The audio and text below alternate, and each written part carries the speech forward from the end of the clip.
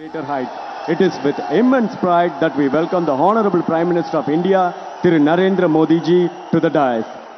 We welcome other special dignitaries on the dais respectively. விழா தொடக்கமாக தமிழ் தாய் வாழ்த்து பாட தமிழ்நாடு அரசு இசைக் கல்லூரி மாணவிகளை அன்புடன் அழைக்கின்றோம். அனைவரும் எழுந்து நிற்குமாறு அன்புடன் கேட்டுக்கொள்கின்றோம். Let us rise for the Tamil Thai வாழ்த்து.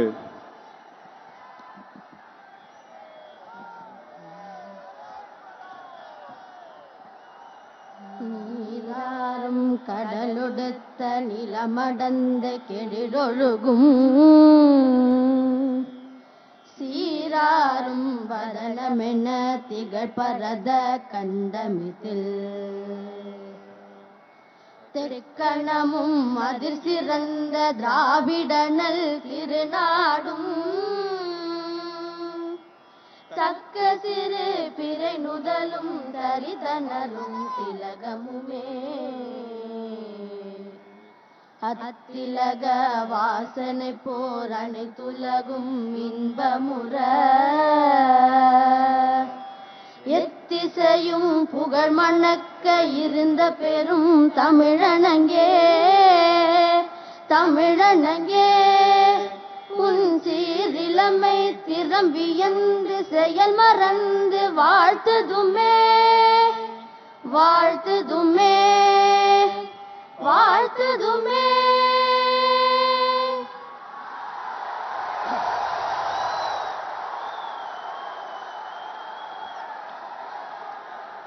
மாண்புமிகு பாரத பிரதமர் திரு நரேந்திர மோடி அவர்களுக்கு மாண்புமிகு மத்திய சிவில் விமான போக்குவரத்து மற்றும் மிகுத்துறை அமைச்சர் திரு ஜோதிர் ஆதித்ய சிந்தியா அவர்கள் நினைவு பரிசு வழங்கி சிறப்பிப்பார்கள்.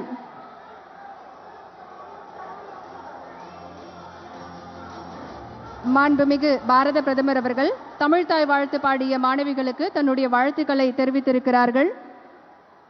இப்போது மாண்புமிகு பாரத பிரதமர் திரு நரேந்திர மோடி அவர்களுக்கு மாண்புமிகு மத்திய சிவில் விமான போக்குவரத்து மற்றும் மிகுத்துறை அமைச்சர் திரு ஜோதிர் ஆதித்ய சிந்தியா அவர்கள் நினைவு பரிசு வழங்கி சிறப்பிப்பார்கள். We request Honorable Union Minister of Civil Aviation and Steel, Thiru Jyothi Aditya M. Scindia, to felicitate Honorable Minister Thiru Narendra Modi ji.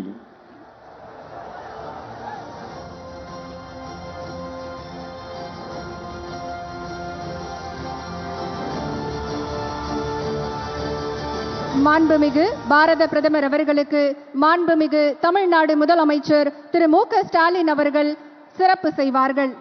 We request our Honorable Chief Minister of Tamil Nadu, Thiru M.K. Stalin ji, to felicitate Honorable Prime Minister Thiru Narendra Modi ji. மாண்புமிகு மத்திய மீன்வளம் கால்நடை வளர்ப்பு மற்றும் பால்வளத்துறை தகவல் மற்றும் ஒலிபரப்புத்துறை இணை அமைச்சர் டாக்டர் எல் முருகன் அவர்களை வரவேற்புரை ஆற்ற வருமாறு அன்புடன் அழைக்கின்றோம். பாரத் மாதா கி, பாரத் மாதா கி, பாரத் மாதா கி. இந்த வரலாற்று சிறப்புமிக்க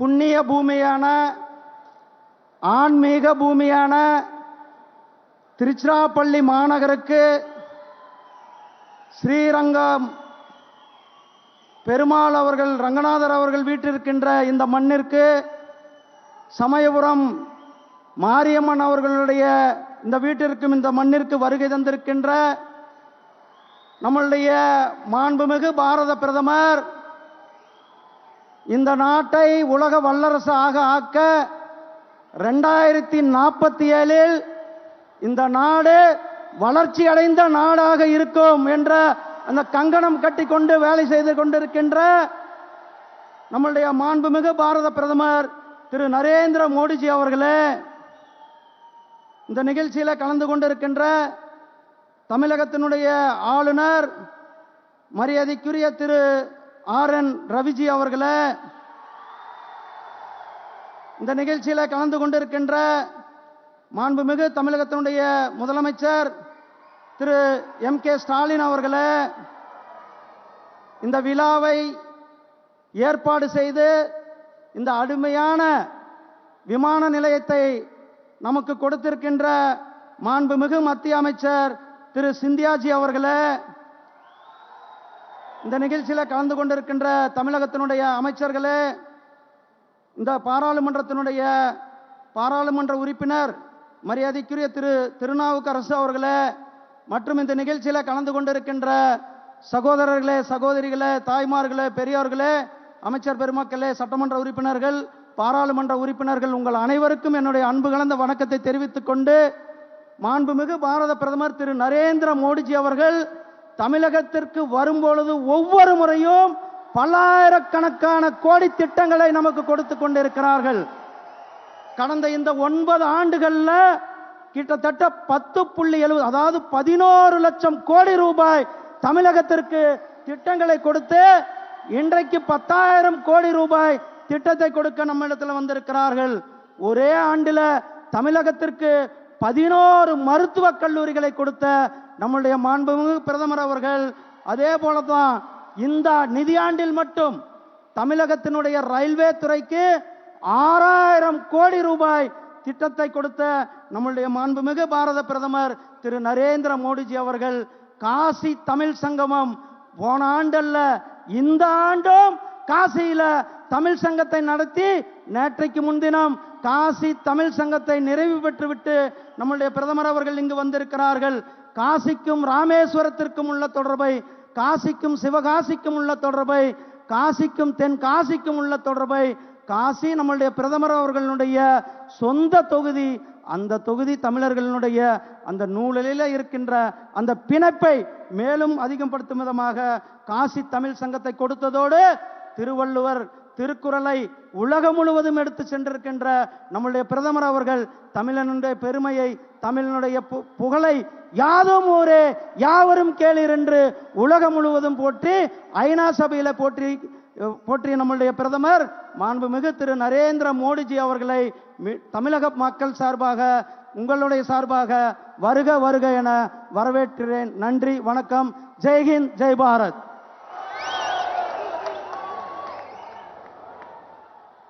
நன்றி ஐயா.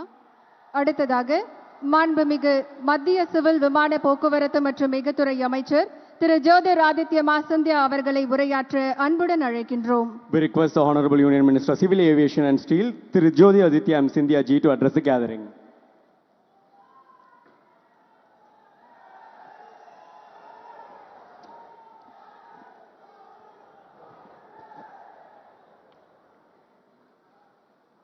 Our illustrious, respected Prime Minister, who has led this country onto the world stage, present here amongst all of us today, respected Prime Minister Narendra Modi ji, our Governor, Shri R.N. Ravi Sahib, our Chief Minister, M.K. Stalin Sahib, my colleague in Ministry, Dr. L. Muruganji, our Member of Parliament, Shri Su Thirukarasarji, esteemed members on the dais, and all our citizens present here today from Tiruchirappalli and all our neighboring regions. Vanakkam to all of you. Pranam. We welcome our Prime Minister today to Tiruchirappalli, the holy city of Lord Shiva and Lord Vishnu. Many cities across our country are known for their landmarks, but Tiruchirappalli is not only known for its landmarks, but also for the great scholars and leaders that Tiruchirappalli has given not only to Tamil Nadu, not only to India, but to the whole world. From Sri C.V. Raman, who was Tiruchirappalli's gift to the world, to our freedom fighter V.V.S. Iyer Sahib, our eminent scholar, Mr. K.P. Vishwanath Pillai Sahib. Across the spectrum, Tiruchirappalli is a center of philosophy, a center of tradition, a center of culture, but along with it is the best livable city, is the cleanest city of Tamil Nadu, सबसे स्वच्छ शहर तमिलनाडु का जो हमारे पूज्य प्रधानमंत्री जी के दिल के करीब विषय है, and along with that is the sacred land for the Hindus, the engineering equipment manufacturing center, the fabrication hub of India, all in one city, and that is our Tiruchirappalli, ladies and gentlemen. It's a perfect example of what Prime Minister Narendra Modi ji has been talking about, that India must stand not only as an economic powerhouse, but also as a cultural powerhouse, a sacred powerhouse, and Tiruchirappalli has the perfect unity of both those aspects. Today it is my honor to be in the presence of the Prime Minister as we unfold a new golden chapter in the development of Tiruchirappalli, the growth center of Tamil Nadu, through this new terminal built at a cost of over 1100 crores. On behalf of the people of Tiruchirappalli, we thank Prime Minister Narendra Modi ji for this gift. And under his leadership, the government has ensured that airports are not only a medium of travel, but airports become a center of growth. Airports become a center of employment for the whole country. The one change that has taken place in the last 9.5 years, under Prime Minister's leadership in this sector, he has democratized civil aviation for every single citizen of this country. Everyone who wears a Hawai Chappal must also travel in a Hawai Jahaj. That is the Prime Minister's aspiration for the people of our country.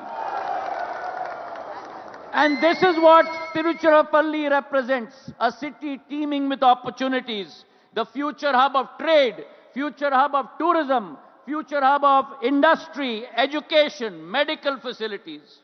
And this airport, ladies and gentlemen, the Prime Minister's strict instruction was, we must build an airport in Tiruchirappalli, not for the next 10 years, not for the next 20 years, but for the next 50 years for the Indian citizens and the citizens of this region.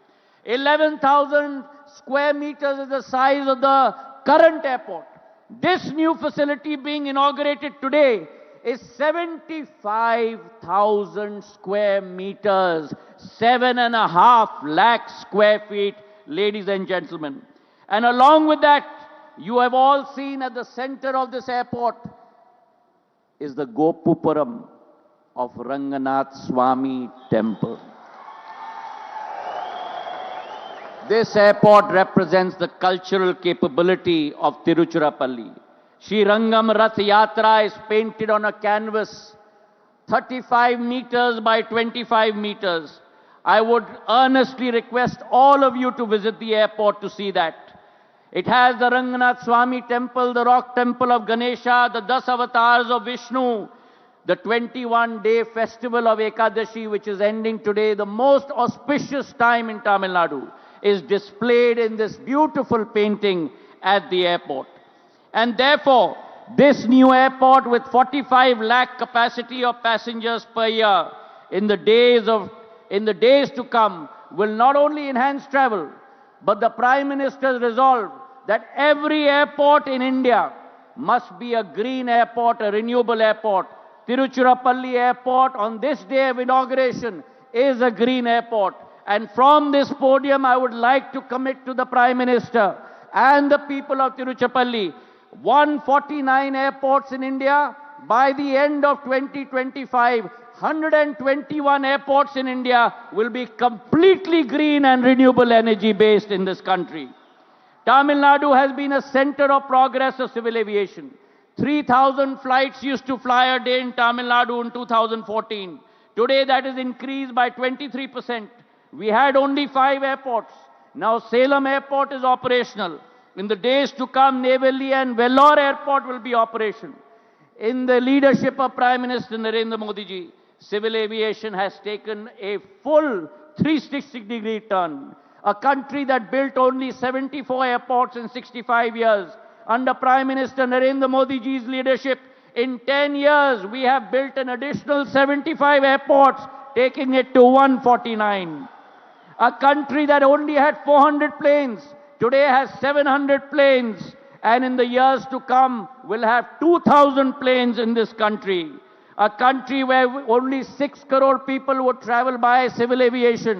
Today 14.5 crore travel, and by 2030 we will have 42 crore people in our country traveling by civil aviation and by planes.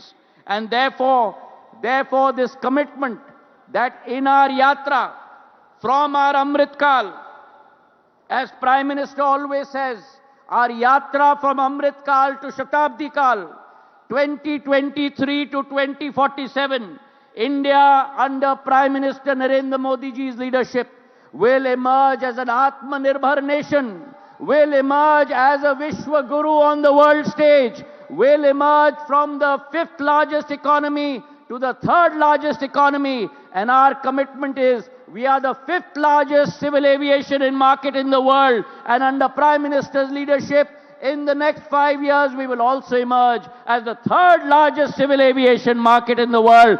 With these words, I thank the Prime Minister for coming to Tiruchirappalli and congratulate all of you on this new airport and new terminal in Tiruchirappalli. Thank you very much. Jai Hind, Jai Bharat. Bharat Mata Ki. Bharat Mata Ki. Bharat Mata Ki.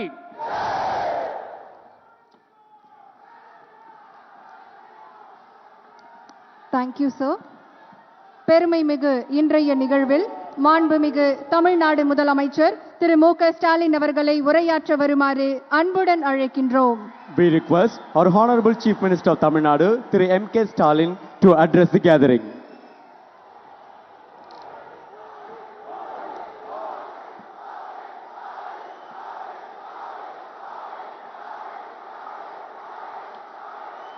பல்வேறு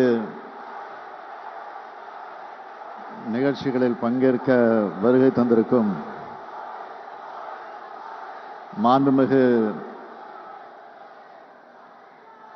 பாரத பிரதமர் திரு நரேந்திர மோடி அவர்களே, மாண்புமிகு ஒன்றிய அமைச்சர் திரு ஜோதிராதித்யா சிந்தியா அவர்களே, மாண்புமிகு ஆளுநர் R. N.. Ravi அவர்களே, மாண்புமிகு ஒன்றிய இணையமைச்சர் எல். முருகன் அவர்களே, தமிழகத்தினுடைய அமைச்சர் பெருமக்கள் நேரு, வேலு உள்ளிட்ட அமைச்சர் பெருமக்களே, நாடாளுமன்ற உறுப்பினர் மதிப்பிற்குரிய திருநாவுக்கரசு அவர்களே, நாடாளுமன்ற சட்டமன்ற உறுப்பினர்களே, மேயர் உள்ளிட்ட உள்ளாட்சி பிரதிநிதிகளே, மாவட்ட ஆட்சியர் உள்ளிட்ட அரசு உயர் அலுவலர்களே, வெள்ளம் போல் திரண்டிருக்கக்கூடிய தமிழ் உடன்பிறப்புகளே, பத்திரிகை மற்றும் ஊடகத்துறையை சார்ந்திருக்கக்கூடிய நண்பர்களே, உங்கள் அனைவருக்கும் என்னுடைய அன்பான வணக்கம். தொட்ட துறை அனைத்திலும் சிகரத்தை தொட்ட மாநிலமான தமிழ்நாடு இந்திய திருநாட்டோட பொருளாதார வளர்ச்சியிலும் முக்கிய பங்காற்றி வருகிறது. அப்படிப்பட்ட நம்முடைய தமிழ்நாட்டின் இதய பகுதியாக இருக்கிற திருச்சிராப்பள்ளியின் பன்னாட்டு விமான நிலையத்தில் 1112 கோடி ரூபாய் செலவில் அமைக்கப்பட்டிருக்கும் புதிய முனையத்தை மாண்புமிகு இந்திய பிரதமர் அவர்கள் திறந்து வச்சு சிறப்பித்திருக்கிறார். தமிழ்நாடு முதலமைச்சர் என்ற வகையில் தமிழ்நாட்டு மக்கள் சார்பாக அவருக்கு என்னுடைய மனமார்ந்த நன்றியை நான் தெரிவித்துக் கொள்ள விரும்புகிறேன். அதேபோல் இந்த துறையினுடைய மாண்புமிகு அமைச்சர் ஜோதிராதித்யா சிந்தியா அவர்களுக்கும் என்னுடைய மனமார்ந்த நன்றியை தெரிவிச்சுக்கிறேன். திருச்சிராப்பள்ளி பன்னாட்டு விமான நிலையம் தமிழ்நாட்டோட 2வது பெரிய பன்னாட்டு விமான நிலையம். இதை மேலும் தமிழ்நாடு அரசு 318 கோடியே 85 லட்சம் ரூபாய் செலவில் 294.57 ஏக்கர் நில எடுப்பு செய்து இந்திய விமான ஆணையத்துக்கு வழங்க நடவடிக்கை எடுத்து வருது.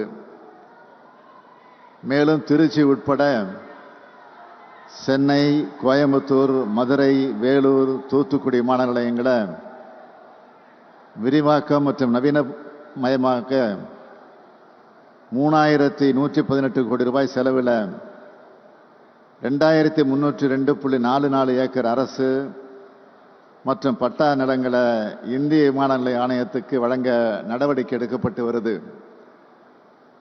இந்த விரிவாக்க பணிகளை விரைந்து முடிச்சு மக்கள் பயன்பாட்டுக்கு கொண்டு வர வேண்டும். தென் தமிழ்நாட்டில் ராமேஸ்வரம், கன்னியாகுமரி ஆகிய இடங்களுக்கு இந்தியாவோட பல்வேறு பகுதியிலிருந்தும் மக்கள் ஆன்மீக பயணமாக வராங்க. பல நாடுகளிலிருந்து சுற்றுலா பயணிகளும் வந்து போறாங்க. அவங்க எளிதாக வந்து போறதுக்கு ஏதுவா மதுரை விமான நிலையத்தை பன்னாட்டு விமான நிலையமா அறிவிக்கணும்னு நாங்கள் ஏற்கனவே வச்ச கோரிக்கையை மாண்புமிகு இந்திய பிரதமர் அவர்கள் கனிவோடு பரிசீலிக்க வேண்டுகிறேன். மலேசியா மற்றும் ஜப்பான் நாடுகளோட தமிழ்நாடு பண்பாட்டு மற்றும் வர்த்தக தொடர்புகள் கொண்டிருக்கு. அதை கருத்திலே கொண்டு சென்னை பினாங்கு, சென்னை டோக்கியா இடையே நேரடி விமான சேவையை முன்னுரிமை அடிப்படையில் தொடங்கணும்னு நான் கேட்டுக்கொள்ள விரும்புகிறேன். அதோட சென்னை மெட்ரோ ரயில் திட்டத்தோட 2ஆம் கட்ட திட்டப் பணிகளுக்கு பங்கு பகிர்வு மாதிரி அடிப்படையில் ஒன்றிய அரசினுடைய பங்களிப்பை விரைந்து வழங்க மாண்புமிகு பிரதமர் அவர்களை கேட்டுக்கொள்ள விரும்புகிறேன். நெடுஞ்சாலைத்துறையை பொறுத்தவரை தமிழ்நாட்டில் இப்போ தேசிய நெடுஞ்சாலை ஆணையத்தால் நகாய் செயல்படுத்தப்பட்டு வர பணிகளை விரைவுபடுத்த வேண்டும். சமீப காலமாக இருவழிச்சாலையா மேம்படுத்துகிற நெடுஞ்சாலைகளுக்கும் சுங்க கட்டணம் வசூலிக்கப்படுறதிலிருந்து விலக்கு அளிக்க வேண்டும்.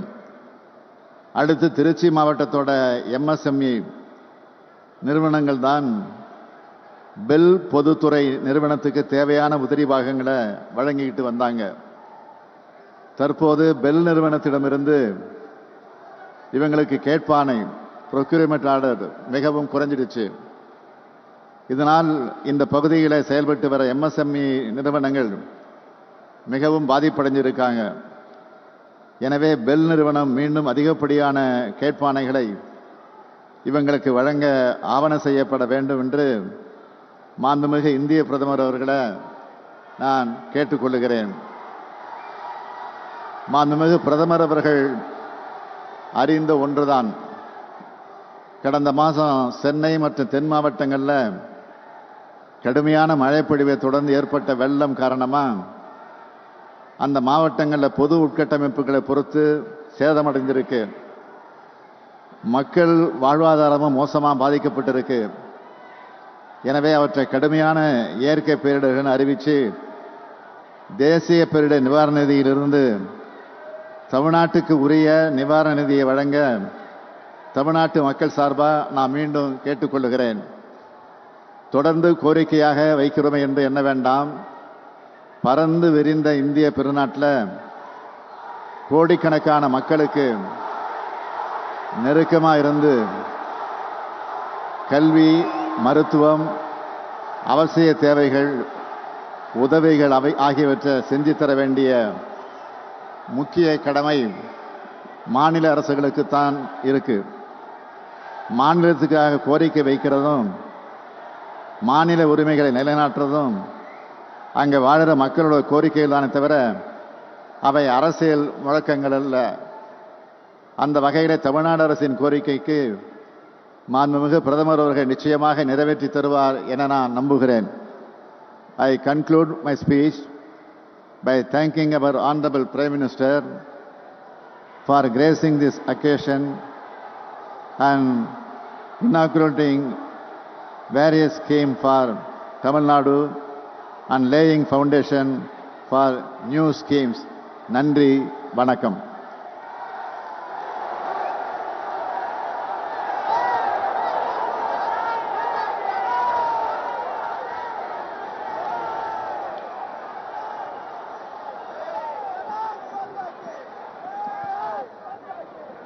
மிக்க நன்றி ஐயா.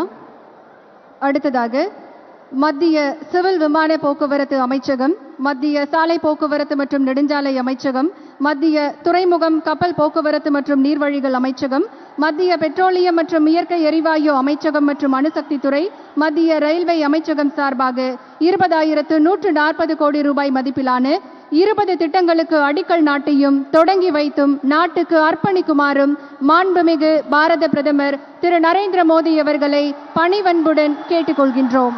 We now request our Honorable Prime Minister Thiru Narendra Modi ji to inaugurate, lay the foundation stone and dedicate 20 projects worth rupees 20,140 crores on behalf of the Ministry of Civil Aviation, Ministry of Road Transport and Highways, Ministry of Ports, Shipping and Waterways, Ministry of Petroleum and Natural Gas and Department of Atomic Energy and Ministry of Railways. சாலை மாமல்லபுரத்தின் உலக பாரம்பரிய தலங்களுக்கு சிறந்த இணைப்பை வழங்கும். சென்னை வள்ளூரில் அமைந்துள்ள cross root டெர்மினலுக்கான IOCLன் petroleum, எண்ணெய் மற்றும் லூப்ரிகன்ஸ் பைப்லைன்கள் தமிழ்நாடு மற்றும் அதன் அருகாமையில் உள்ள பகுதிகளுக்கு பெட்ரோலிய பொருட்களின் தேவையை பூர்த்தி செய்யும். கெயில் நிறுவனத்தின் கொச்சி, கூட்டநாடு, பெங்களூரு, மங்களூரு பைப்லைனின் 294 கிலோமீட்டர் இயற்கை எரிவாயு குழாய் கிருஷ்ணகிரியிலிருந்து கோயம்புத்தூர் வரையிலான பகுதி தொழிற்சாலைகளுக்கு உள்நாட்டு எரிவாயு கிடைப்பதை உறுதி செய்யும்.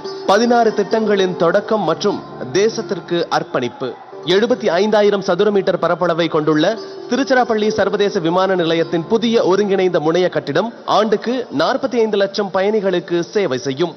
NH 536 காரைக்குடி ராமநாதபுரம் பிரிவின் இருவழிப்பாதை இப்பகுதியில் உள்ள பழமையான கோயில்களுக்கு செல்லும் சுற்றுலா பயணிகளுக்கு பயண நேரத்தை குறைக்கும். NH 785 செட்டிக்குளம் நத்தம் பகுதியின் 4 வழிப்பாதை மதுரை, துவரங்குறிச்சி மற்றும் திருச்சி இடையே குறுகிய தூர வழிப்பயணத்தை வகுக்கும். திருச்சி 81 திருச்சி கல்லகம் பகுதியின் 4 வழிப்பாதை, NH 81 திருச்சி கல்லகம் பகுதியின் 4 வழிப்பாதை, NH 81 கல்லகம் மீன்சுருட்டி பகுதியின் 4 மற்றும் 2 வழிப்பாதை இப்பிராந்தியத்திற்கு தடையற்ற இணைப்பை வழங்குவதை நோக்கமாக கொண்டுள்ளது. NH 179A சேலம் திருப்பத்தூர் வாணியம்பாடி சாலையின் 36 கிலோமீட்டர் முதல் 80 கிலோமீட்டர் வரையிலான 4 வழி சாலை இப்பகுதி விவசாயிகளுக்கு பயனளிக்கும். IOCLன் செங்கல்பட்டு ராமநாதபுரம் பிரிவின் 488 கிலோமீட்டர் நீளமுள்ள இயற்கை எரிவாயு குழாய் சுத்தமான எரிசக்தி ஆற்றலை உறுதி செய்யும். HPCLன் 697 கிலோமீட்டர் நீளமுள்ள Vijayawada Dharmapuri multi product petroleum pipeline தமிழ்நாட்டின் வடபகுதிகளுக்கு பெட்ரோலிய பொருட்களை சிறப்பாக கிடைக்க வழிவகுக்கும். ஆசனூரில் IOCL நிறுவனத்தின் புதிய பைப்லைன் டெர்மினல் திறப்பு விழா. IGCAR கல்பாக்கத்தின் விரைவு அணு உலை எரிபொருள் மறுசுழற்சி ஆலை குறைந்த விலையில் அணுசக்தி கிடைப்பதை உறுதி செய்யும். ஆட்டோமொபைல் ஏற்றுமதி இறக்குமதி முனையம் 2 மற்றும் கேபிட்டல் ட்ரெட்ஜிங் கட்டம் 5 ஆகியவற்றுடன் ஜெனரல் கார்கோ பெர்த் 2 செயல்படுவதை காமராஜர் துறைமுகத்தின் திறனை 57.44 MTPA உயர்த்தும். நவீன வசதிகளுடன் எதிர்காலத்திற்கான ஆயத்த கல்விக்காக NIT திருச்சிராப்பள்ளியின் பல மாடிகள் கொண்ட அமிதீஸ்ட் விடுதி 1.2 லட்சம் சதுர அடியில் கட்டப்பட்டுள்ளது. 217 கிலோமீட்டருக்கான திருச்சிராப்பள்ளி விருதுநகர் மின்மயமாக்கல் திட்டங்கள். சேலம் மேக்னசைட் JN ஓமலூர் மேட்டூர் அணை பகுதி திட்டத்தில் 41 கிலோமீட்டர் நீளமுள்ள ரயில் இரட்டிப்பு பணியை செயல்படுத்துவது தொழிற்சாலைகளுக்கு எஃகு, இரும்பு மற்றும் நிலக்கரியின் போக்குவரத்தை எளிதாக்கும். விருதுநகர் தென்காசி இடையே 122 கிலோமீட்டர் மின்மயமாக்கல். செங்கோட்டை திருநெல்வேலி வரை 141 கிலோமீட்டர் தூரம் மின்மயமாக்கப்படுவதால் கார்பன் உமிழ்வு குறைவும். 160 கிலோமீட்டர் நீளமுள்ள மதுரை தூத்துக்குடி இருவழி திட்ட இயக்க திறனை மேம்படுத்தி தமிழ்நாட்டில் பயணிகள் மற்றும் சரக்கு போக்குவரத்தை எளிதாக்கும். மாண்புமிகு பாரத பிரதமர் அவர்கள் தொடங்கி வைத்த திட்டங்கள் தொடர்பான காணொளியை இப்போது பார்க்கலாம். A short video of the project will be played now. புதிய இந்தியா வளர்ச்சி மற்றும் மேம்பாட்டிற்கான மாற்றமான பயணத்தை தொடங்கியுள்ளது. வலுவான உள்நாட்டு தேவை, வலுவான பொது உள்கட்டமைப்பு, முதலீடு மற்றும் எப்போதும் வலுப்பெறும் நிதித்துறை ஆகியவை இந்த வளர்ச்சியின் குறிப்பிடத்தக்க அம்சமாகும். மாண்புமிகு பிரதமர் நரேந்திர மோடியின் ஆற்றல் மிக்க தலைமை நாடு முழுவதும் உள்கட்டமைப்பு மற்றும் இணைப்பை மேம்படுத்துவதற்கான முயற்சிகளை முன்னெடுத்து வருகிறது. आने वाले 25 साल भारत के लिए इस शताब्दी के सबसे महत्वपूर्ण 25 साल है. इन 25 वर्षों में हमें अपने इस भारत को समृद्ध बनाना है, हमारे भारत को विकसित बनाना है. சிவில் விமான போக்குவரத்து, ரயில்வே, நெடுஞ்சாலைகள், எண்ணெய் மற்றும் இயற்கை எரிவாயு, அணுசக்தி, கப்பல் மற்றும் துறைமுகங்கள் மற்றும் கல்வி ஆகிய துறைகளில் இந்தியா புரட்சிகரமான முன்னேற்றத்தை கண்டுள்ளது. இது புதிய வேலைவாய்ப்பு வழிகள் மற்றும் நாட்டின் முழுமையான வளர்ச்சிக்கு வழிவகுத்தது. தமிழகத்திற்கு 20 உள்கட்டமைப்பு திட்டங்கள் பரிசாக அளிக்கப்பட்டு வருகிறது. 20,140 கோடிகள் பிராந்தியத்தின் வளர்ச்சி நிலப்பரப்பை மாற்றும் வகையில் அமைக்கப்பட்டுள்ளது. இதில் 16,000 கோடி மதிப்பிலான திட்டங்களுக்கு அடிக்கல் நாட்டப்பட்டது. 4,100 கோடி அதிகரித்து வரும் பயணிகளின் தேவையை பூர்த்தி செய்யவும், சிறந்த விமான இணைப்பை வழங்கவும், தமிழகத்தின் சுற்றுலா, வணிகம், சுகாதாரம் மற்றும் கல்வித்துறைகளை மேம்படுத்தவும் திருச்சிராப்பள்ளி சர்வதேச விமான நிலையத்தின் புதிய ஒருங்கிணைந்த முனைய கட்டடம் இன்று திறக்கப்படுகிறது. 1,112 கோடி ரூபாய் செலவில் இந்த முனையம் கட்டப்பட்டுள்ளது. இந்த முனையம் ஆண்டுக்கு 45 லட்சம் பயணிகளுக்கு சேவை செய்யும் திறன் கொண்டது மற்றும் பயணிகளின் வசதிக்காக நவீன வசதிகளுடன் உள்ளது. 60 செக்-இன் கவுண்டர்கள், 44 புறப்பாடு மற்றும் வருகை குடியேற்ற கவுண்டர்கள் பயணிகளின் விரைவான மற்றும் சீரான போக்குவரத்தை உறுதி செய்யும் அதே வேளையில் முனையத்தில் உள்ள நவீன ஓய்வறைகள் வசதியை மேம்படுத்தும். புதிய ஆப்ரன் ஏர்பஸ் 321 வகை விமானங்களுக்கு இடமளிக்கும் வகையில் விமான நிறுத்தும் திறனை 8 முதல் 19 வரை அதிகரிக்கும். இதனால் விமான நிலையத்தின் செயல்பாட்டு திறன் அதிகரிக்கும். முனைய வடிவமைப்பு திருச்சி கலாச்சார பாரம்பரியத்தை பிரதிபலிக்கும் பாரம்பரியம் மற்றும் சமகால கட்டிடக்கலை கூறுகளின் இணக்கமான கலவையாகும். மல்டி மாடல் இணைப்பை அதிகரிக்கும் முயற்சியில் அரசு நாடு முழுவதும் ரயில்வே, நெடுஞ்சாலை, துறைமுகங்களை இந்தியா வேகமாக மேம்படுத்தி வருகிறது. தமிழக மக்கள் பயன்பெறும் வகையில் 2,917 கோடி ரூபாய் மதிப்பிலான 5 பெரிய திட்டங்களை ரயில்வே நிறைவேற்றி உள்ளது என்பது தெளிவாகிறது. இந்த திட்டங்களில் சேலம் மேக்னசைட் சந்திப்பு, ஓமலூர் மேட்டூர் அணை இரட்டிப்பு, மதுரை தூத்துக்குடி இரட்டிப்பு மற்றும் திருச்சிராப்பள்ளி விருதுநகர் மின்மயமாக்கல், விருதுநகர் தென்காசி சந்திப்பு மற்றும் செங்கோட்டை தென்காசி திருநெல்வேலி திருச்செந்தூர் ஆகியவை தென் தமிழக மக்களுக்கு பெரிதும் பயனளிக்கும் மற்றும் கரியமில வாயுவை குறைக்கும் பரந்த நோக்கத்துடன் இணையும். தேசிய நெடுஞ்சாலை திட்டங்கள் ரூபாய் 4,876 கோடி தேசத்திற்கு அர்ப்பணிக்கப்படுகிறது. இதில் தேசிய நெடுஞ்சாலை 81 திருச்சி கல்லகம் பகுதியின் 4 வழிப்பாதை மற்றும் NH 81 கல்லகம் மீன்சுருட்டி பிரிவின் 4 வழிப்பாதையும் அடங்கும். NH 785 செட்டிக்குளம் நத்தம் பிரிவு 4 வழிப்பாதை, காரைக்குடி ராமநாதபுரம் NH 536 2 வழிப்பாதை, சேலம் திருப்பத்தூர் வாணியம்பாடி சாலையின் NH 179A 36 கிலோமீட்டர் முதல் 80 கிலோமீட்டர் வரை 4 வழி சாலை மற்றும் முகையனூர் மரக்காணம் 4 வழி சாலைக்கு அடிக்கல் 1,116 கோடி செலவில் NH 332A பிரிவும் போடப்படுகிறது. சென்னை காமராஜர் போர்ட் லிமிடெடின் ஜெனரல் கார்கோ பெர்த் 2 மற்றும் கேபிட்டல் டிரெட்ஜிங் கட்டம் 5 திறப்பு விழா ரூபாய் 341 கோடி செலவில் கட்டப்பட்ட துறைமுகத்தின் சரக்கு கையாளும் திறனை 57.44 MTPA-வாக உயர்த்தும். உலகின் மிக வேகமாக வளரும் எரிசக்தி சந்தைகளில் இந்தியாவும் ஒன்று. அதிகரித்து வரும் தேவையை சமாளிக்க 488 கிலோமீட்டர் இயற்கை எரிவாயு குழாய் ரூபாய் 2,793 கோடி மதிப்பீட்டில் செங்கல்பட்டு முதல் சாயல்குடி வரை ஆசனூரில் புதிய பைப்லைன் முனையம் திறக்கப்படுகிறது.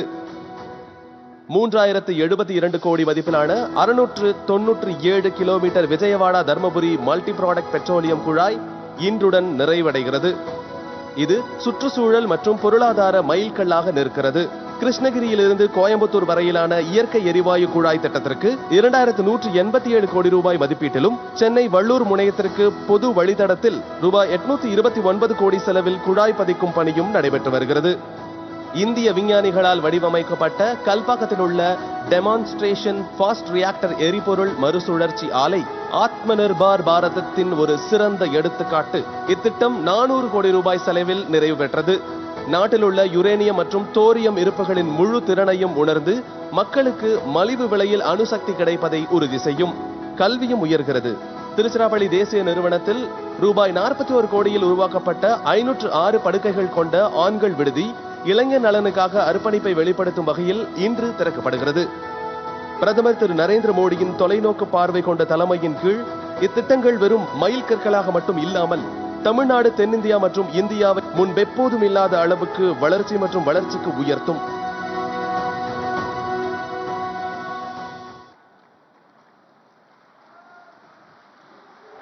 சிறப்புமிக்க இன்றைய விழாவில் மாண்புமிகு பாரத பிரதமர் திரு நரேந்திர மோடி அவர்களை உரையாற்ற வருமாறு பணிவன்புடன் அழைக்கின்றோம். We request our Honorable Prime Minister Thiru Narendra Modi ji to address the gathering.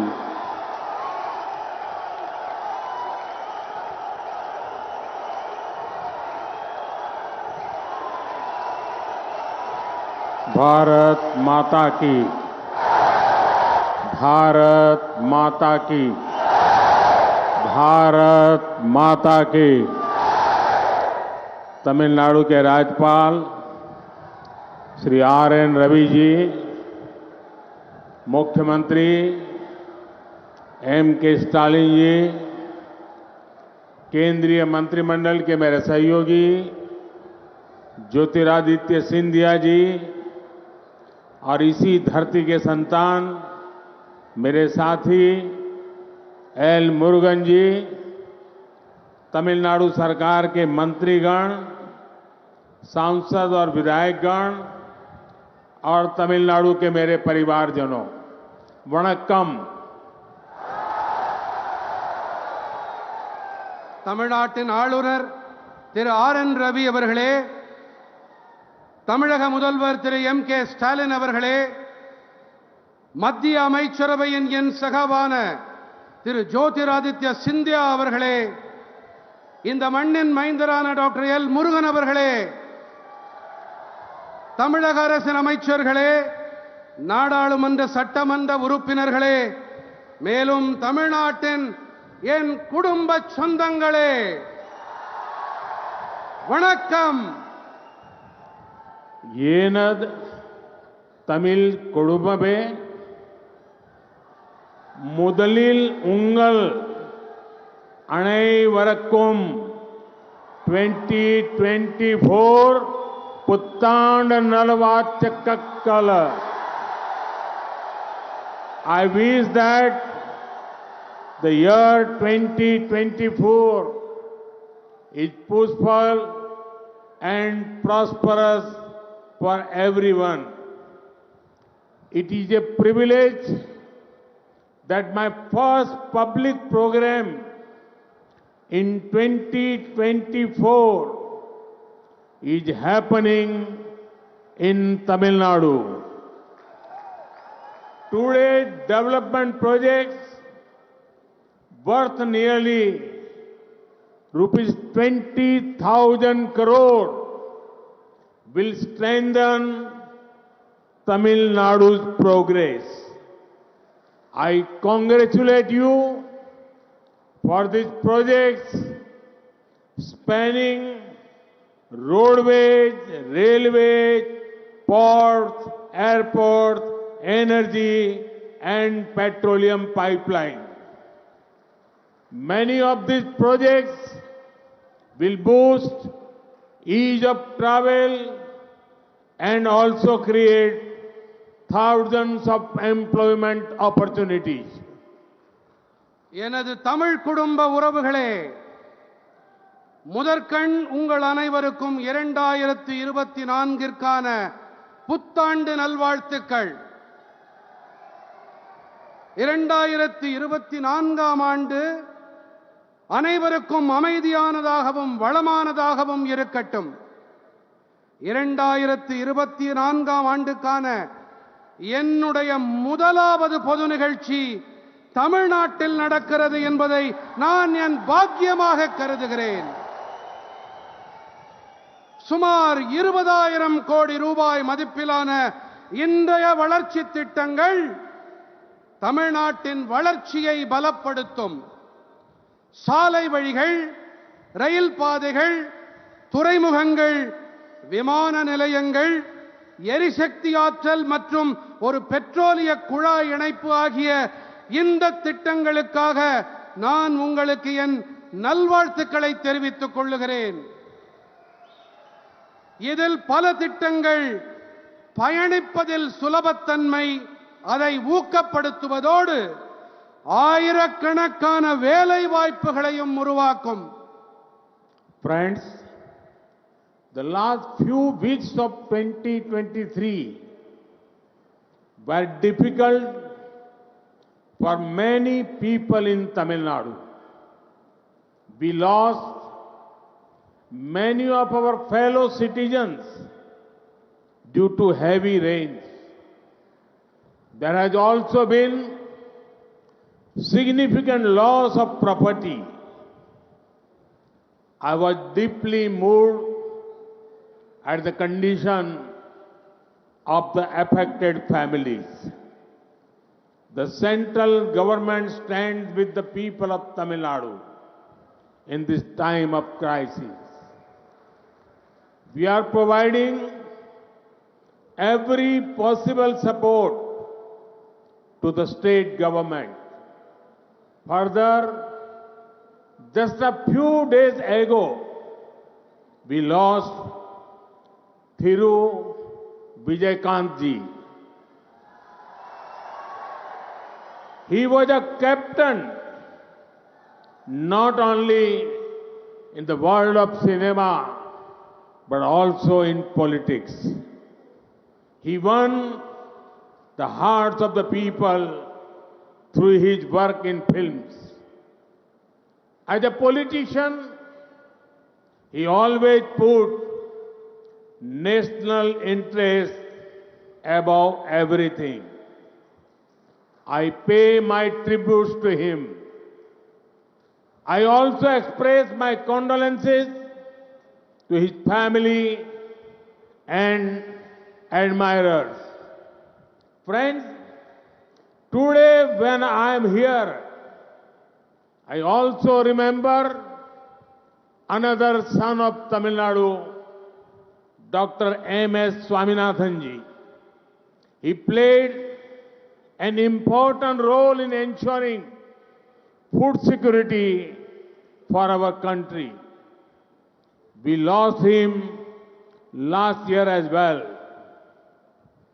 நண்பர்களே, தமிழ்நாட்டில் பலருக்கு 2023ஆம் ஆண்டின் கடந்த சில வாரங்கள் மிகவும் கடினமானவையாக இருந்தன.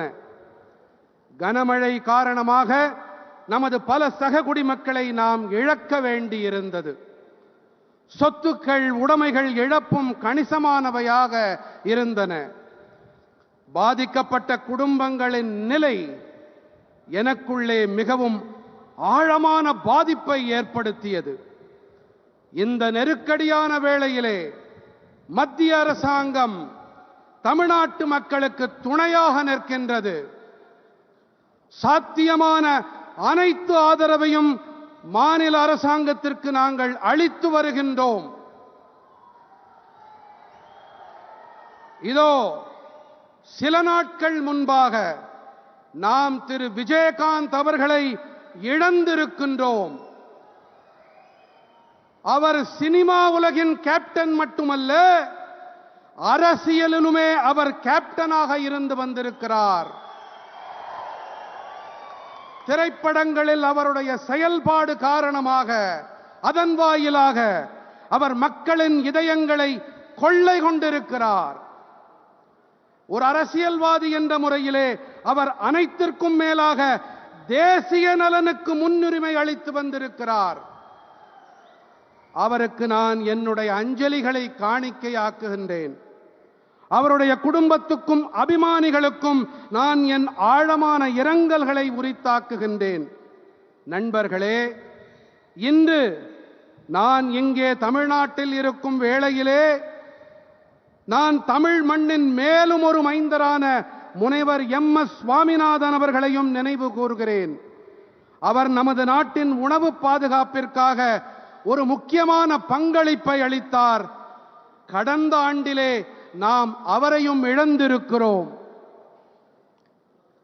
ஏனது तमिल कुटुंब में आजादी का अमृत काल यानी आने वाले 25 साल भारत को डेवलप नेशन बनाने के हैं. जब मैं विकसित भारत की बात करता हूं तो इसमें आर्थिक और सांस्कृतिक दोनों पहलू शामिल है. इसलिए मैं इसमें तमिलनाडु की विशेष भूमिका देखता हूं. तमिलनाडु भारत की समृद्धि और सांस्कृतिक परिविरासत का प्रतिबिंब है। तमिलनाडु के पास तमिल भाषा और ज्ञान का प्राचीन खजाना है। संत तिरुवल्लुवर से लेकर सुब्रमण्यम भारती तक अनेक संतों ज्ञानियों ने अद्भुत साहित्य की रचना की है। सीवी रमन से लेकर आज तक अनेकों अद्भुत साइंटिफिक और टेक्नोलॉजिकल ब्रेन इस मिट्टी ने पैदा किए हैं। इसलिए मैं जब भी तमिलनाडु आता हूं, एक नई ऊर्जा से भर जाता हूं। என் தமிழ் குடும்ப உறவுகளே, சுதந்திரத்தின் அமுத காலம், அதாவது வரவிருக்கும் 25 ஆண்டு காலகட்டத்திலே பாரதத்தை வளர்ந்த தேசமாக நாம் ஆக்க வேண்டும். நான் வளர்ச்சியடைந்த பாரதம் என்று கூறும்போது இதிலே பொருளாதாரம் மற்றும் கலாச்சாரம் என்ற 2 பக்கங்கள் இருக்கின்றன. அந்த வகையிலே தமிழ்நாட்டிலே இதிலே சிறப்பானதொரு பங்களிப்பை என்னால் காண முடிகிறது. பாரத நாட்டின் வளம் மற்றும் கலாச்சார மரபின் பிரதிபலிப்புத்தான் தமிழ்நாடு. தமிழ்நாட்டின் வசம் தமிழ் மொழி மற்றும் ஞானம் என்ற பழமையான கருவூலம் இருக்கிறது. புனிதர் திருவள்ளுவர் தொடங்கி சுப்பிரமணிய பாரதி வரை பல பல தூயோர் ஞானிகளாகியோர் அற்புதமான இலக்கியங்களை படைத்தளித்திருக்கின்றார்கள். சிவி ராமன் தொடங்கி இன்று வரை அற்புதமான அறிவியல் மற்றும் தொழில்நுட்ப வளர்ச்சிக்கு சொந்தக்காரர்கள் பலரை இந்த மண் உருவாக்கி அளித்திருக்கின்றது. ஆகையால் தான் நான் எப்போதெல்லாம் தமிழ்நாட்டிற்கு வருகிறேனோ அப்போதெல்லாம் ஒரு புதிய சக்தியை எனக்குள்ளே நிரப்பிக் கொண்டு செல்கிறேன். येनद कुडुम्ब में तिरुचिरापल्ली शहर में तो समृद्ध इतिहास के प्रमाण कदम कदम पर दिखते हैं। यहां हमें पल्लव, चोल, पांड्य और नायक जैसे विभिन्न राजवंशों के सुशासन का मॉडल दिखता है। मेरे बहुत सारे तमिल मित्र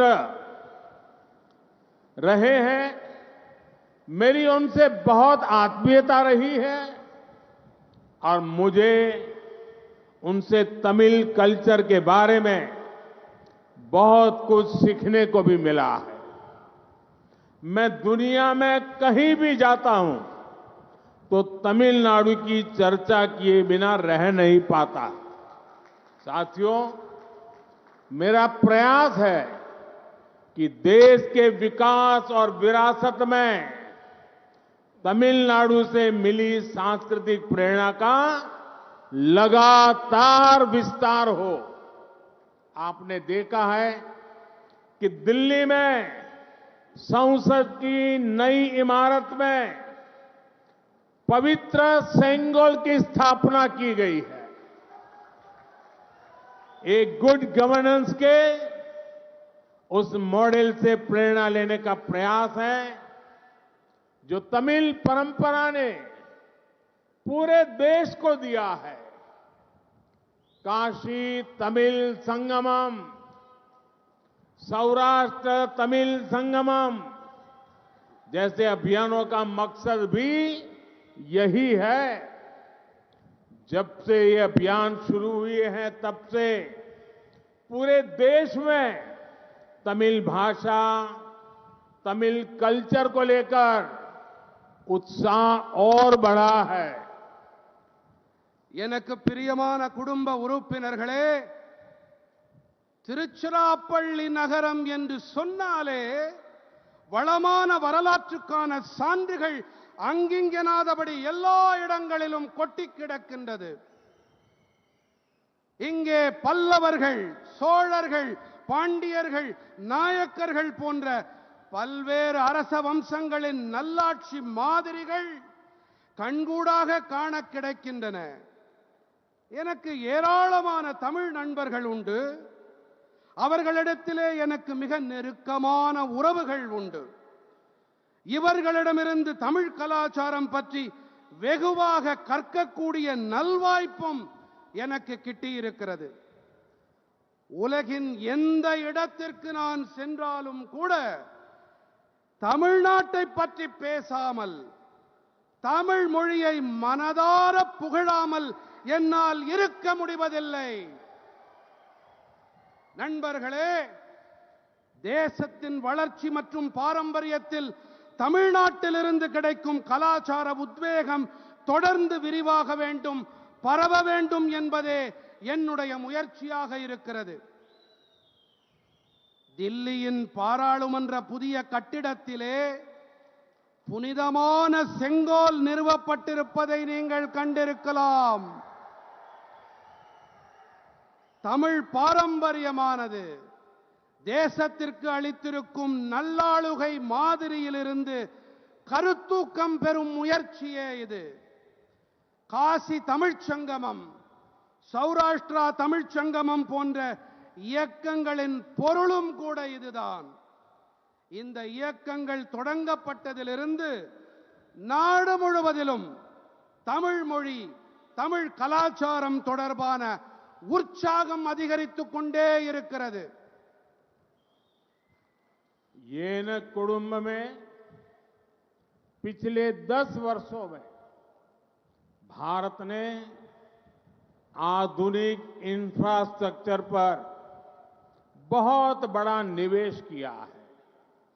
रोड, रेल, पोर्ट, एयरपोर्ट, गरीबों के घर हो या अस्पताल, आज भारत फिजिकल और सोशल इंफ्रास्ट्रक्चर पर अभूतपूर्व निवेश कर रहा है. आज भारत दुनिया की टॉप 5 इकोनॉमी में है. आज भारत पूरी दुनिया में एक नई उम्मीद बनकर उभरा है. बड़े बड़े इन्वेस्टर्स भारत में निवेश कर रहे हैं और इसका सीधा लाभ तमिलनाडु को, तमिलनाडु के लोगों को भी मिल रहा है. तमिलनाडु मेक इन इंडिया का बहुत बड़ा ब्रांड एम्बेसडर बन रहा है. என் அன்பு நிறை குடும்ப சகோதர சகோதரிகளே, கடந்த 10 ஆண்டுகளிலே நவீன கட்டமைப்பின் மீது மிகப்பெரிய முதலீட்டை பாரதம் புரிந்திருக்கிறது. சாலை வழி, ரயில் பாதை, துறைமுகம், விமான நிலையங்கள், ஏழைகளுக்கான வீட்டு வசதிகள் அல்லது மருத்துவமனைகள் என இன்று பாரதம் கட்டுமானம் மற்றும் சமூக கட்டமைப்பின் மீது இதுவரை காணாத முதலீடுகளை செய்து வருகின்றது. இன்று பாரதம் உலகின் தலை சிறந்த 5 பொருளாதாரங்களில் ஒன்றாக விளங்குகிறது. உலகின் ஒரு புதிய நம்பிக்கை தாரகையாக இன்று பாரதம் ஒளிவீசிக் கொண்டிருக்கிறது. பெரிய பெரிய முதலீட்டாளர்கள் எல்லாம் இன்று பாரதத்தில் முதலீடு செய்து வருகிறார்கள். இதன் நேரடி ஆதாயம் தமிழ்நாட்டிற்கும் தமிழ் மக்களுக்கும் கிடைத்து வருகின்றது. தமிழ்நாடு மேக் இன் இந்தியா, இந்தியாவில் தயாரிப்போம், இதன் மிகப்பெரிய பிராண்ட் அம்பாசடராக மாறிக்கொண்டிருக்கிறது. येन कुडुंब में हमारी सरकार राज्य के विकास से देश के विकास के मंत्र पर चलती है. पिछले 1 साल में केंद्र सरकार के 40 से भी ज्यादा अलग अलग मंत्रियों ने 400 से ज्यादा बार तमिलनाडु का दौरा किया है। जब तमिलनाडु का तेज विकास होगा तो भारत का भी विकास तेज होगा। डेवलपमेंट का एक बहुत बड़ा माध्यम कनेक्टिविटी भी है। इससे व्यापार, कारोबार भी बढ़ता है, लोगों को भी सुविधा होती है। विकास की यही भावना आज हम यहां तिरुचिरापल्ली में भी देख रहे हैं। त्रिची इंटरनेशनल एयरपोर्ट के नए टर्मिनल से यहां की कैपेसिटी 3 गुना बढ़ जाएगी। इससे ईस्ट एशिया, मिडिल ईस्ट और देश दुनिया के दूसरे हिस्सों तक त्रिची की कनेक्टिविटी और सशक्त होगी। इससे त्रिची सहित आसपास के बहुत बड़े क्षेत्र में निवेश के, नए बिजनेस के नए अवसर भी बनेंगे।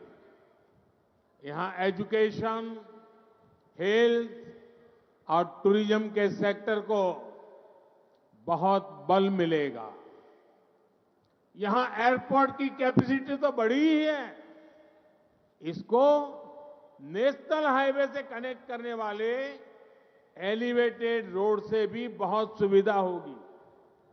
मुझे खुशी है कि त्रिची एयरपोर्ट लोकल कला संस्कृति से, तमिल परंपरा से पूरी दुनिया को परिचित कराएगा। என் நெஞ்சம் நிறை குடும்ப உறவுகளே, மாநில வளர்ச்சி மூலம் தேசத்தின் வளர்ச்சி என்ற மந்திரத்தை அடிநாதமாக கொண்டு நாம் செயல்பட்டு வருகிறோம். கடந்த ஓராண்டிலே மத்திய அரசாங்கத்தின் 40க்கும் மேற்பட்ட பல்வேறு அமைச்சர்கள் 400க்கும் மேற்பட்ட முறை தமிழ்நாட்டின் சுற்றுப்பயணத்தை மேற்கொண்டிருக்கிறார்கள். தமிழ்நாடு விரைவான வளர்ச்சியை அடையும் போது பாரதத்தின் வளர்ச்சியும் விரைவுபடும். இணைப்புகள் கூட முன்னேற்றத்திற்கு ஒரு மிகப்பெரிய ஊடகமாக விளங்குகின்றன. இதனால் வியாபாரமும் வணிகமும் பெருகுவது மட்டுமல்ல, மக்களுக்கு வசதி வாய்ப்புகளும் ஏற்படுகின்றன. வளர்ச்சியின் இந்த உணர்வைத்தான் இன்று இங்கே திருச்சிராப்பள்ளியிலே நாம் பார்த்துக் கொண்டிருக்கிறோம். திருச்சி சர்வதேச விமான நிலையத்தின் புதிய முனையம் காரணமாக இந்த இடத்தின் இணைப்பு திறன் 3 மடங்கு அதிகரிக்கும். இங்கிருந்து கிழக்காசியா, மத்திய ஆசியா, மேலும் உள்நாட்டின் உலக நாடுகளின் பிற பாகங்கள் வரை திருச்சியின் இணைப்பில் அதன் திறன் மேலும் வலுவானதாக ஆகும். இதனால் திருச்சியை தவிர அண்டைப்புறத்தில் இருக்கும் மிகப்பெரிய பகுதியிலே முதலீடுகளும் புதிய வணிகத்திற்கான புதிய சந்தர்ப்பங்களும் உருவாக்கப்படும். இங்கே கல்வி, உடல் நலம் மற்றும் சுற்றுலா துறைகளில் மிகப்பெரிய அளவுக்கு பலம் கூட்டப்படும். இங்கே விமான நிலையத்தின் திறன் அதிகரிப்பதோடு இதை உயர்த்தப்பட்ட தேசிய நெடுஞ்சாலையோடு இணைக்கும் உயர்த்தப்பட்ட சாலையாலும் கூட மிகப்பெரிய வசதி உண்டாகும். திருச்சி விமான நிலையம் உள்ளூர் கலை கலாச்சாரம் வாயிலாக தமிழ் பாரம்பரியம் பற்றிய பெருமை மிகு விஷயங்களை உலகினுக்கு பறைசாற்றும் என்பது எனக்கு அளவில்லா மகிழ்ச்சியை அளிக்கிறது.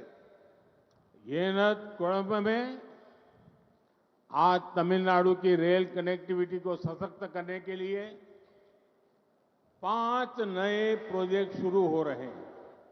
इनसे ट्रैवल और ट्रांसपोर्टेशन तो आसान होगी ही, इस क्षेत्र में इंडस्ट्री को, बिजली उत्पादन को भी बल मिलेगा. आज जिन रोड प्रोजेक्ट्स का लोकार्पण हुआ है वो श्रीरंगम, चिदंबरम, मदुरई, रामेश्वरम, वेल्लोर जैसे महत्वपूर्ण स्थानों को जोड़ते हैं. ये हमारी आस्था, आध्यात्म और पर्यटन के बड़े केंद्र हैं। इससे सामान्य जन के साथ साथ तीर्थ यात्रियों को भी बहुत सुविधा होगी। என் உயிரினும் மேலான என் குடும்ப சொந்தங்களே, இன்று தமிழ்நாட்டின் ரயில் இணைப்பு திறனை மேலும் வலுவானதாக ஆக்க 5 புதிய திட்டங்கள் தொடங்கப்பட்டிருக்கின்றன. இவற்றால் பயணம் மற்றும் போக்குவரத்து எளிதாக ஆகும் என்பது ஒரு புறம்.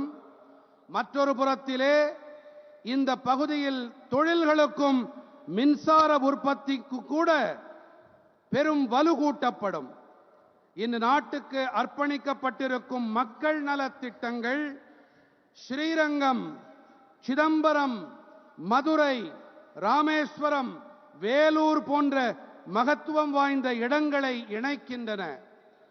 இவை நமது நம்பிக்கை, ஆன்மீகம் மற்றும் சுற்றுலாவின் பெரிய மையங்கள். இவற்றால் எளிய சாமானியர்களோடு கூடவே புனித பயணங்களை மேற்கொள்வோருக்கும் கூட மிகப்பெரிய வசதிகள் உண்டாகும். येनत कुंभ में बीते 10 वर्षों में सेंट्रल गवर्नमेंट का बहुत अधिक फोकस पोर्ट लेड डेवलपमेंट पर रहा है। हमने समुद्री किनारों के इंफ्रास्ट्रक्चर के विकास और मछुआरे साथियों के जीवन को बदलने के लिए अनेक काम किए। पहली बार फिशरीज के लिए अलग मिनिस्ट्री, अलग बजट हमने बनाया है। पहली बार मछुआरों के लिए भी किसान क्रेडिट कार्ड की सुविधा दी गई है। मछुआरों के लिए डीप सी फिशिंग के लिए बोट्स के आधुनिकीकरण के लिए भी सरकार मदद दे रही है। पीएम मत्स्य संपदा योजना से मछली के कारोबार से जुड़े साथियों के लिए बहुत बड़ी मदद मिल रही है। என் நெஞ்சுக்கு நெருக்கமான குடும்ப உறுப்பினர்களே, கடந்த 10 ஆண்டுகளிலே மத்திய அரசாங்கத்தின் மிகப்பெரிய கவனம் துறைமுகம் வழிநடத்தும் முன்னேற்றம் மீது இருந்து வந்திருக்கிறது. நாம் கடற்கரையோர கட்டமைப்பின் முன்னேற்றம் மற்றும் மீனவ நண்பர்களின் வாழ்க்கையை மாற்றும் நோக்கிலே பல பணிகளை ஆற்றியிருக்கிறோம். சுதந்திரம் கிடைத்த பிறகு முதன்முறையாக மீன் வளத்திற்கென பிரத்யேகமான தனியொரு அமைச்சகத்தை ஏற்படுத்தி அதற்கென பிரத்யேகமாக நிதி ஒதுக்கப்பட்டிருக்கிறது. முதன்முறையாக மீனவர்களுக்கும் கூட விவசாயிகள் கிசான் கிரெடிட் கார்டு, விவசாயிகள் பற்று அட்டை வசதியும் அளிக்கப்பட்டிருக்கிறது. மீனவர்களுக்கு ஆழ்கடல் மீன்பிடிப்புக்காகவும் நவீனமயமாக்கலுக்கும் அரசாங்க உதவிகள் கிடைத்து வருகின்றன. பிரதம மந்திரி மீன்வள திட்டத்தால் மீன்பிடி தொழிலோடு இணைந்திருக்கும் நண்பர்களுக்கு மிகப்பெரிய உதவிகள் கிடைத்து வருகின்றன. येनत कुडुंब में सागरमाला योजना से आज तमिलनाडु सहित देश के अलग अलग पोर्ट्स को अच्छी सड़कों से कनेक्ट किया गया जा रहा है। सेंट्रल गवर्नमेंट के प्रयासों से आज भारत की पोर्ट कैपेसिटी और जहाजों के टर्न अराउंड टाइम में बहुत सुधार हुआ है। कामराजार पोर्ट भी आज देश के सबसे तेजी से विकसित होने वाले पोर्ट्स में से एक है। इस पोर्ट की कैपेसिटी को हमारी सरकार लगभग 2 गुना कर चुकी है। अब जनरल कार्गो बर्थ 2 और कैपिटल ड्रेजिंग फेज 5 के उद्घाटन से तमिलनाडु से होने वाले इंपोर्ट एक्सपोर्ट को नई ताकत मिलेगी। विशेष रूप से ये ऑटोमोबाइल सेक्टर में तमिलनाडु की क्षमताओं का विस्तार करेगा। न्यूक्लियर रिएक्टर और गैस पाइपलाइन से भी तमिलनाडु में इंडस्ट्री को रोजगार निर्माण को बल मिलेगा। என் உயிரினும் மேலான என் குடும்ப சொந்தங்களே, சாகர்மாலா திட்டத்தால் இன்று தமிழ்நாடு உட்பட தேசத்தின் பல்வேறு துறைமுகங்கள் நல்ல சாலைகளோடு இணைக்கப்பட்டு வருகின்றன. மத்திய அரசின் பெருமுயற்சிகளால் இன்று பாரதத்தின் துறைமுக திறனிலும் கப்பல்கள் துறைமுகத்திற்கு வந்து திரும்பிச் செல்லும் நேர அளவிலும் பெரிய மேம்பாடு ஏற்பட்டிருக்கிறது. காமராஜர் துறைமுகம் கூட இன்று தேசத்தின் மிக விரைவாக மேம்பாடு அடைந்து வரும் துறைமுகங்களில் ஒன்றாக விளங்குகிறது. இந்த துறைமுகத்தின் கொள்திறனை நமது அரசாங்கம் கிட்டத்தட்ட 2 மடங்கு வரை அதிகப்படுத்தி இருக்கிறது. இப்போது பொதுவான சரக்கு பர்த் 2 மற்றும் கேபிட்டல் ரெட்ஜிங் 5வது கட்டத்தின் தொடக்கம் காரணமாக தமிழ்நாட்டில் ஆக இருக்கும் ஏற்றுமதி இறக்குமதிக்கு புதிய சக்தி கிடைக்கும்.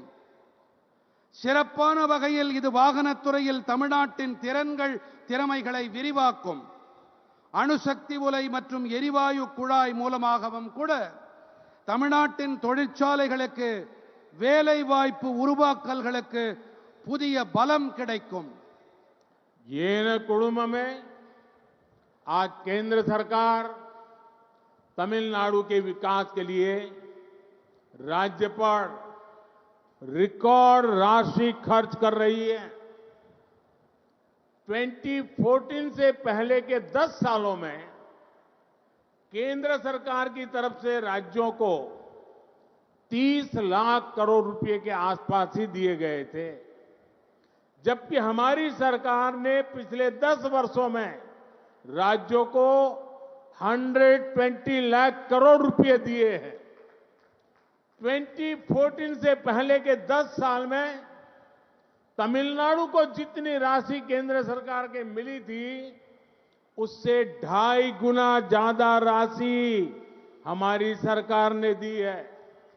पहले के मुकाबले हमारी सरकार ने तमिलनाडु में नेशनल हाईवे बनाने के लिए 3 गुना ज्यादा राशि खर्च की है। रेलवे को आधुनिक बनाने के लिए भी हमारी सरकार पहले के मुकाबले तमिलनाडु में 2.5 गुना ज्यादा खर्च कर रही है। आज तमिलनाडु के लाखों गरीब परिवारों को केंद्र सरकार से मुफ्त राशन मिल रहा है, मुफ्त इलाज मिल रहा है। हमारी सरकार ने पक्का घर, टॉयलेट, नल कनेक्शन, गैस कनेक्शन जैसी अनेक सुविधाएं यहां लोगों को दी है। எனதருமை குடும்ப சொந்தங்களே, இன்று மத்திய அரசு தமிழ்நாட்டின் வளர்ச்சிக்காக மாநிலத்தில் வரலாறு காணாத நிதியை செலவு செய்து வருகிறது. 2014ற்கு முன்பான 10 ஆண்டுகளிலே மத்திய அரசு அதன் தரப்பிலிருந்து மாநிலங்களுக்கு சுமார் 30 லட்சம் கோடி ரூபாய் அளிக்கப்பட்டது. நம்முடைய அரசாங்கமானது கடந்த 10 ஆண்டுகளில் மட்டும் மாநிலங்களுக்கு 120 லட்சம் கோடி ரூபாயை அளித்திருக்கிறது. 2014க்கு முன்பான 10 ஆண்டுகளிலே எத்தனை நிதியை மத்திய அரசிடமிருந்து தமிழ்நாடு பெற்றதோ அதைவிட 2.5 மடங்கிற்கும் அதிகமான நிதியை நம்முடைய மத்திய அரசு அளித்திருக்கிறது. தேசிய நெடுஞ்சாலைகளை உருவாக்கும் பொருட்டு மத்திய அரசு முன்பை காட்டிலும் 3 மடங்கு அதிக நிதியை தமிழ்நாட்டிற்கு செலவு செய்திருக்கிறது. ரயில்வே துறையை நவீனமயமாக்க நமது அரசாங்கம் முந்தைய காலத்தோடு ஒப்பிடுகையிலே தமிழ்நாட்டிற்கு 2.5 மடங்கு அதிக அளவு செலவு செய்து வருகிறது. இன்று தமிழ்நாட்டின் லட்சக்கணக்கான ஏழை குடும்பங்களுக்கு மத்திய அரசின் இலவச ரேஷன் பொருட்கள் கிடைத்து வருகின்றன. இலவசமாக மருத்துவ சிகிச்சை கிடைத்து வருகிறது. நம்முடைய அரசாங்கம் கான்கிரீட் வீடுகள், கழிப்பறை வசதிகள், குடிநீர் இணைப்புகள், எரிவாயு இணைப்புகள் போன்ற பல வசதிகளை நம் தமிழ் சொந்தங்களுக்கு செய்து வருகிறது.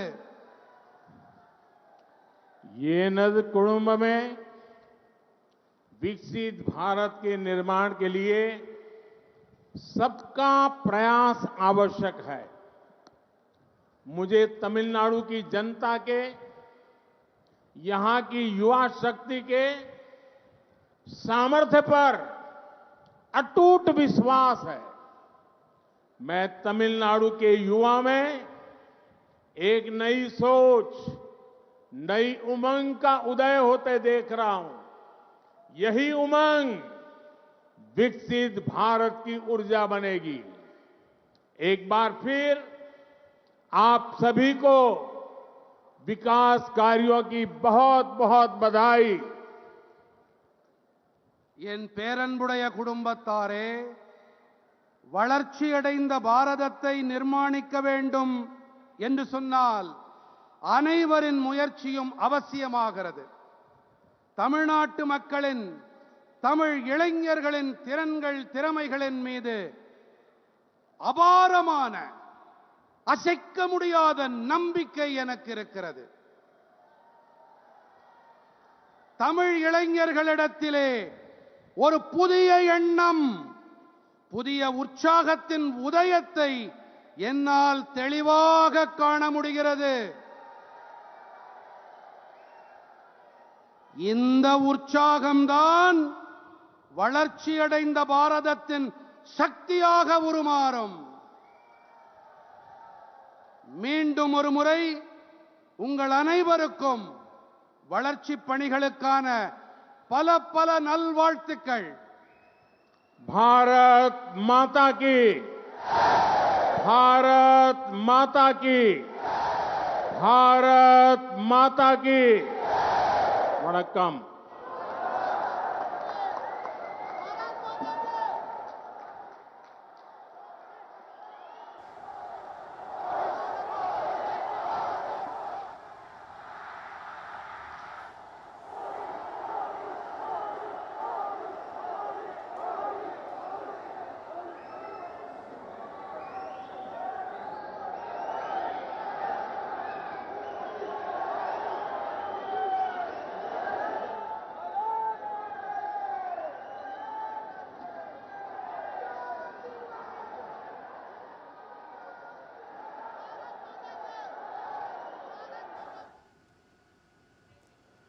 तो ये बहुत ही महत्वपूर्ण तस्वीरें तमिलनाडु के